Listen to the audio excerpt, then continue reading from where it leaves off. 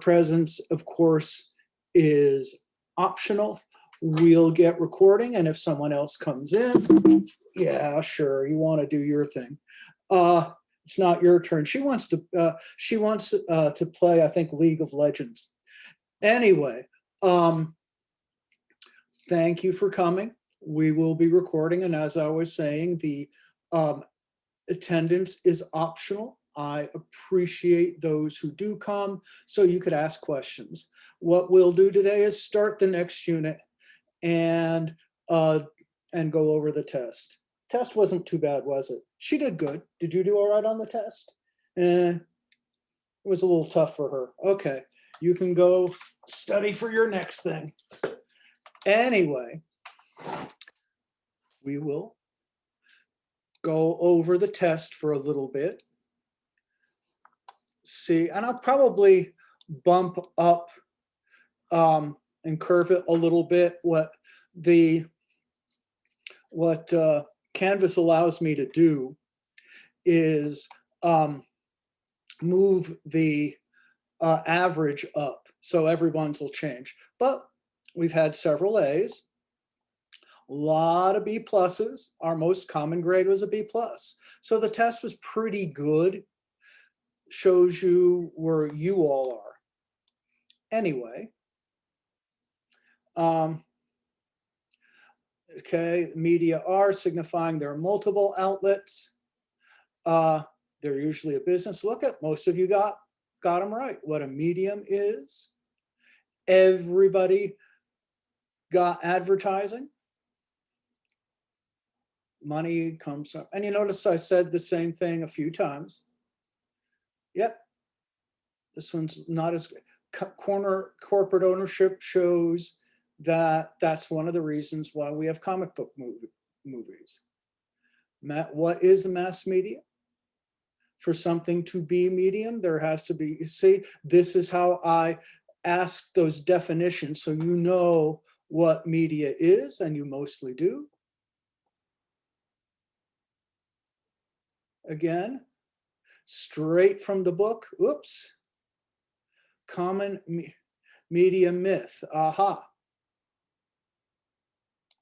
This is not a myth, this is true. Russians create, it's not a myth, that's true. That they are biased, they are all biased. So there is some bias in it, so the only correct one is this. So it's not all of the above. This is true, and this is true. So only this is right. Symbiosis, they work together. The word media, and what does it mean? Look at, everyone got fragmentation. Concentration. I asked the same one before.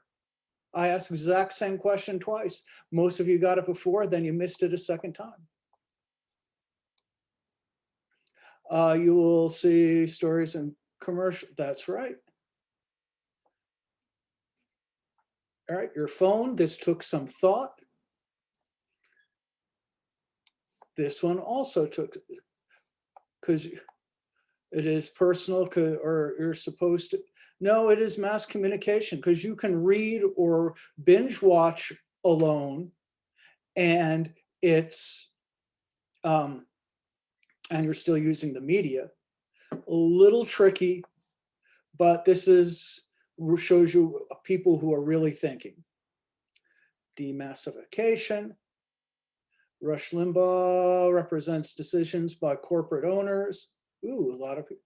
Our class, because we have big audience, 40, and all of the school, little tricky, but a lot of you got it right. Medium is the message. We had a whole video on that. Most of the money in the economy, advertising. See, most of you got most of them right. One big monolith, false. Have been proven to have a liberal bias. No, they're not. Corporate owners only care about money. If anything, corporate ownership is the big business people are mostly Republican, frankly. So that's false. Media outlets are public service, media are business. Yep. Question neutrality. Nope, it's the opposite. Media income is from advertising. So mostly you got it right. You did mostly pretty good. Primary factors, demands of the audience. There you go. So a little challenging, but there was 100, several A's, lots of B pluses. So it wasn't bad. I will probably move the average up a little bit, so most people should get some extra points. So there's that. Speaking of the media, is this media history,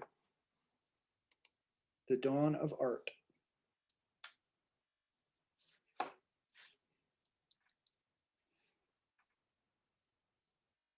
Cave painting.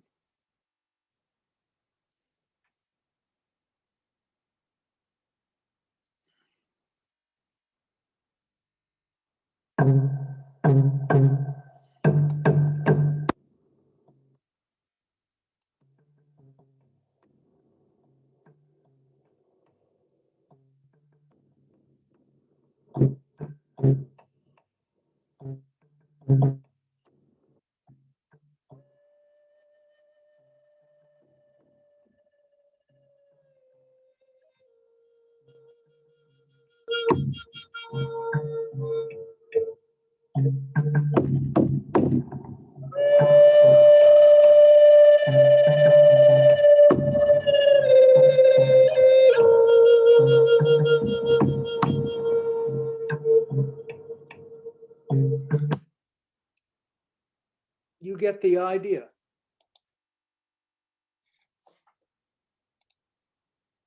Is this media? It is a group, it is the tribe using a technology of painting to using the medium of the cave to a mass audience. Well, here we are. That, folks, is the media. And using the media is the one thing that only human beings do. Neanderthals buried their dead, but they didn't need to tell the story of the hunt. So using media is something that makes us uniquely human. So that need to tell a story, the story, hey, we're in a cave, we hunted down the bear. They're proud of that, confronting a bear after 40,000 years. So we had painting, we had art, and we needed to tell stories. The next big thing is writing. See your potential retirement income in 30 seconds. Guaranteed monthly income for life. This local access message is brought to you by Uber Eats. On this show, we often talk about the history of people or places, societies. Rarely do we get to talk about the history of an idea. So today we're going to try an experiment. We're going to talk about the history of the concept of the written word.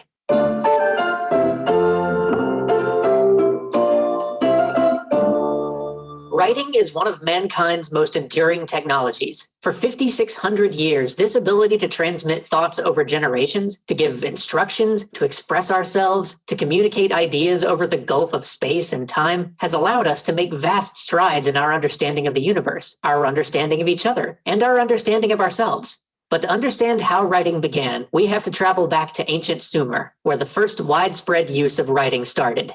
Look around, what do you see?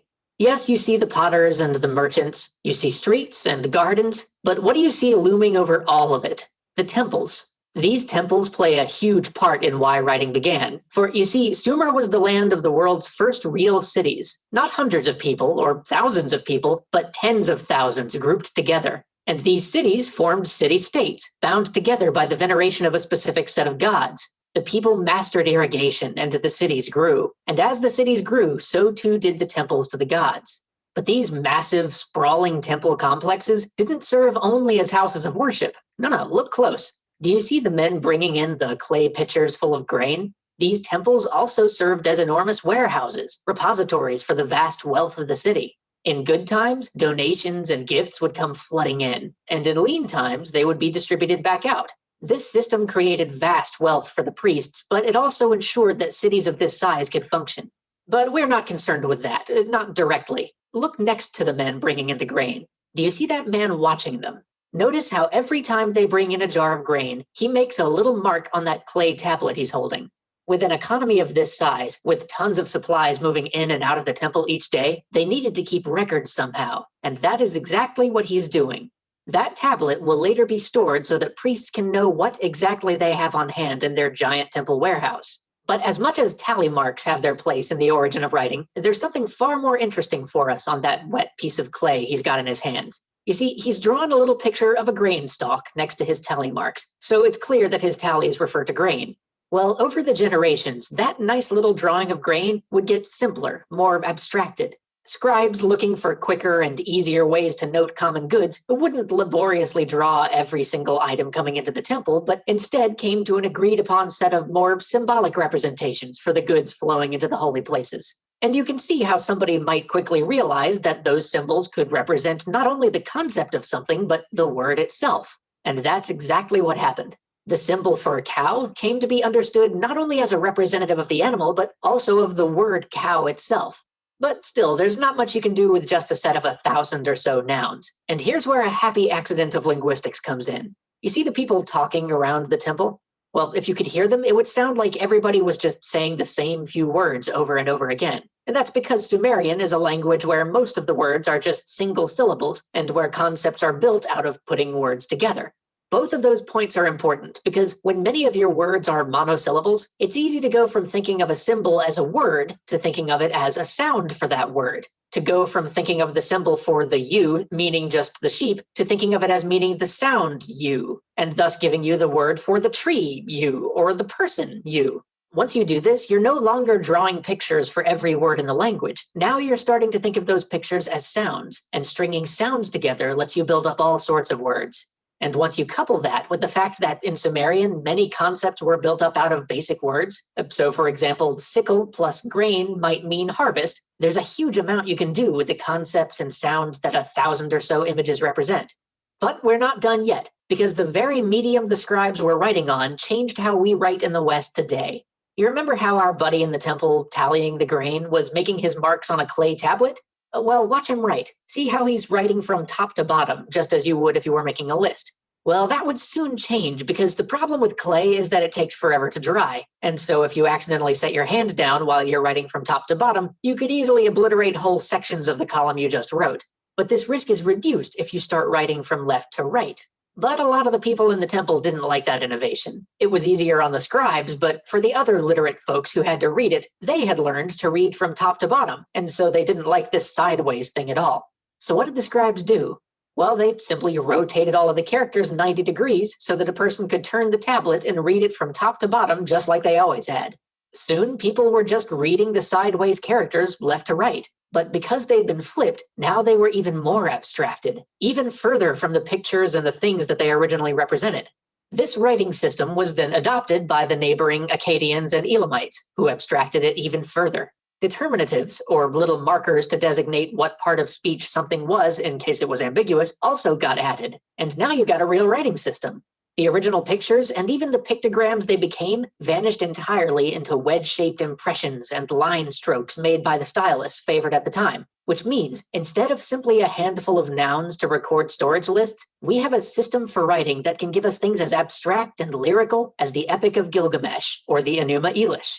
So how do we know all this? Well, funny thing about clay, when a place is burned down and all of your writing is on clay, rather than it being destroyed, the writing hardens and becomes preserved. but that won't happen here for some time. So let's just celebrate what scribes like this one and the marvelous city of Sumer gave us. A gift.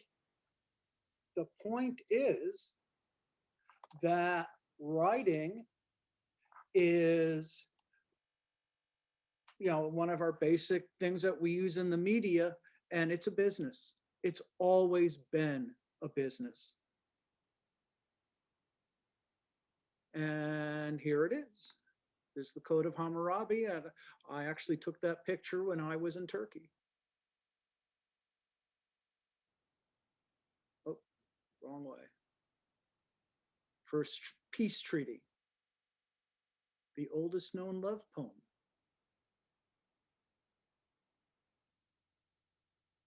And then from the writing to the alphabet.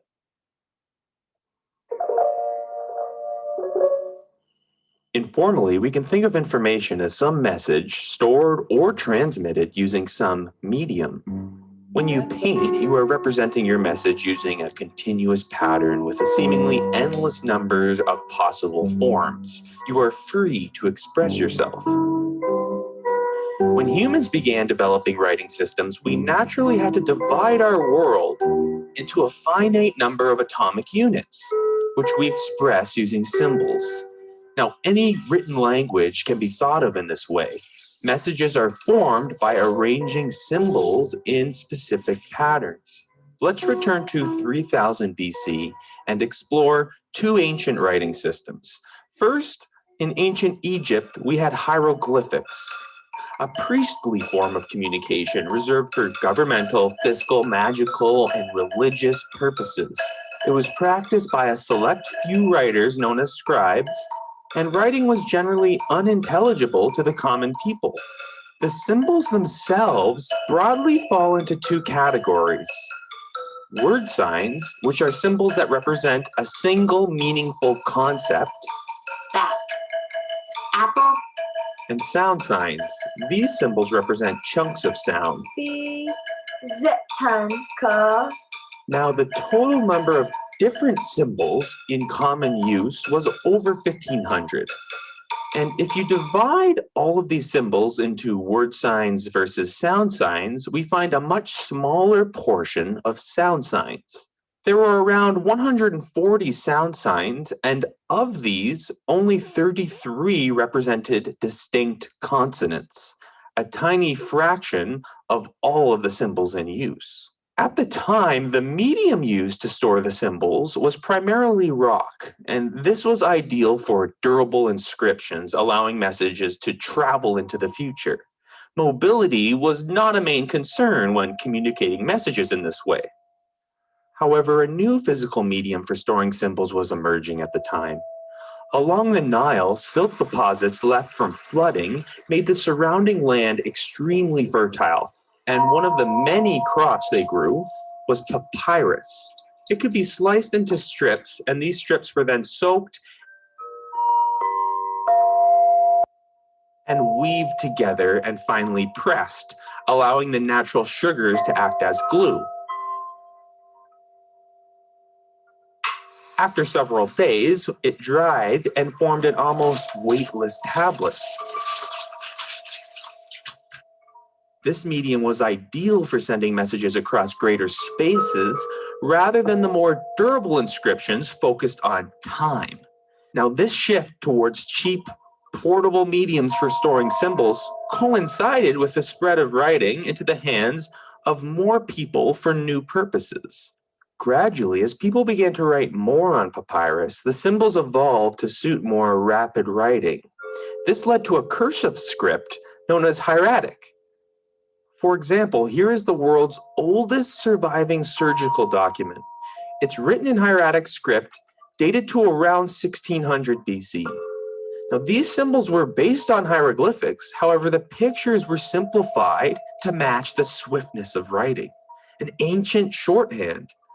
Also, the number of common symbols in use began to shrink down to around 700. By escaping from the heavy medium of stone, thought gained lightness. A marked increase in writing by hand was accompanied by the secularization of writing, thought, and activity. This led to a new writing system called Demotic around 650 BC, which was devised specifically to facilitate the ease of rapid writing. For example, this text is known as a marriage contract and is one of the earliest known examples of demotic script. It's interesting to notice that there was a dramatic reduction again in the total number of symbols with this new system. Roughly 10% of the total number of symbols used before. This was due to a shift towards the use of phonetic symbols or sound signs over word symbols or meaning signs. And the new simplicity meant that children could be taught to write at a young age.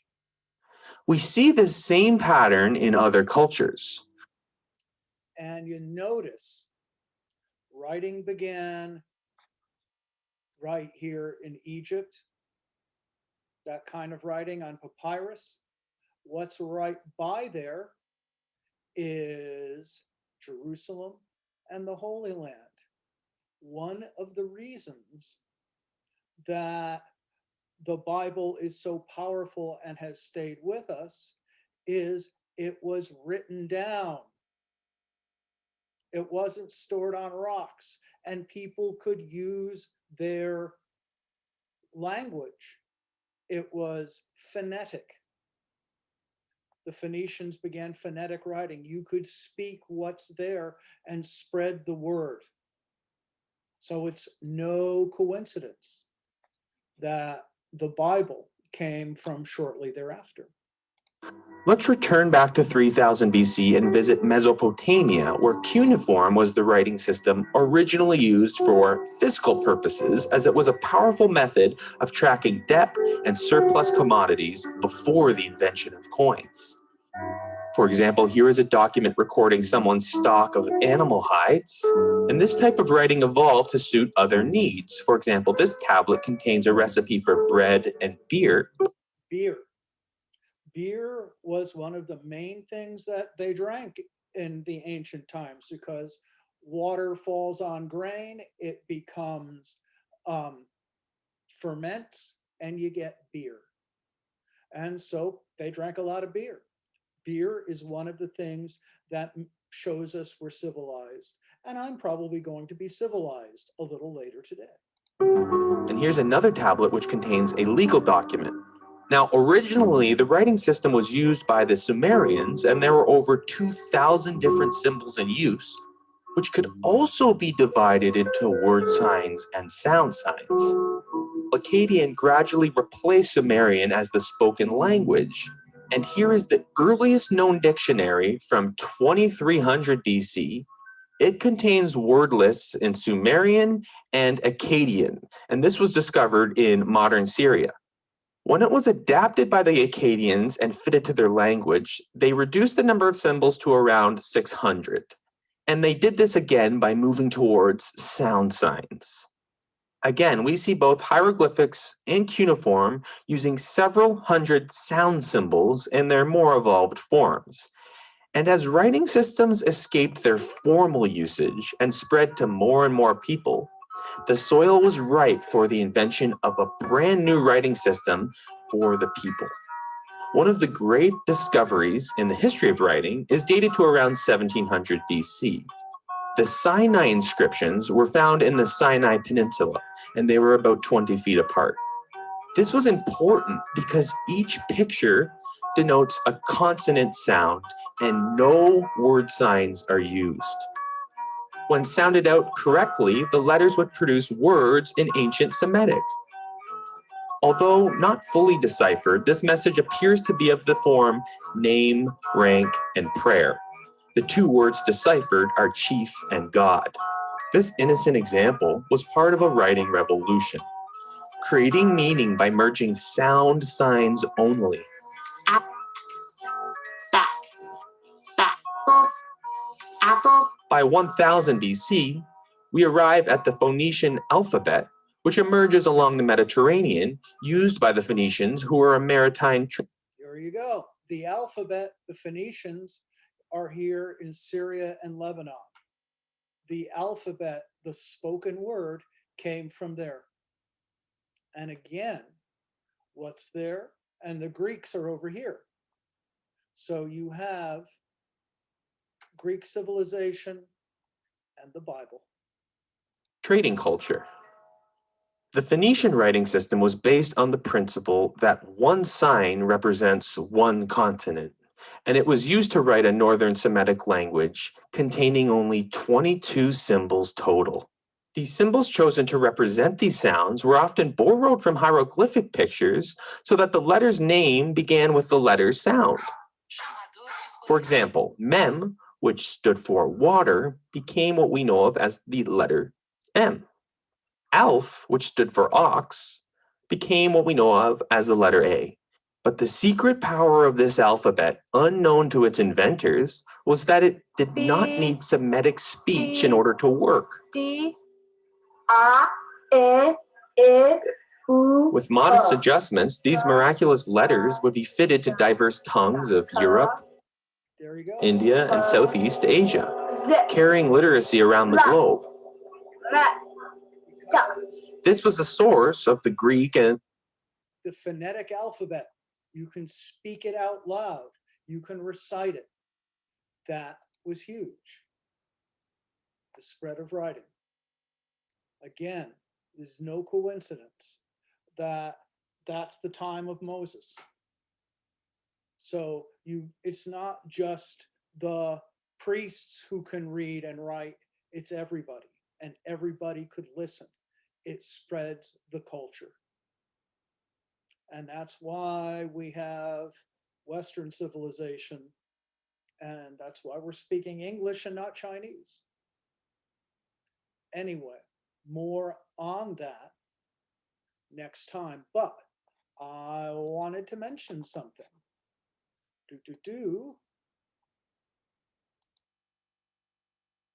To that, and to help people's grades, because the essays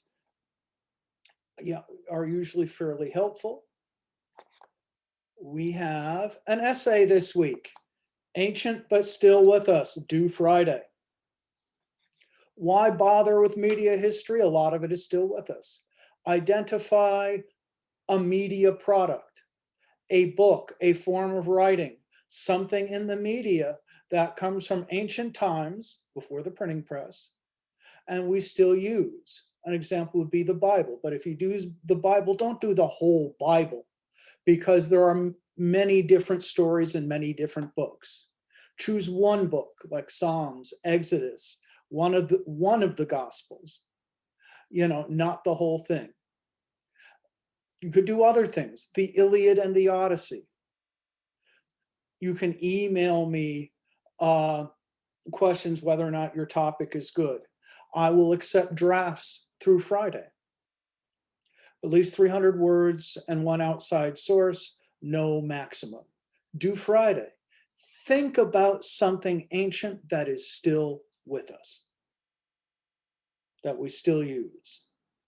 So that'll help the grades, but that's what we're going to do this week. Again, since I only got a couple of folks here, you guys can ask questions. Other ones, you can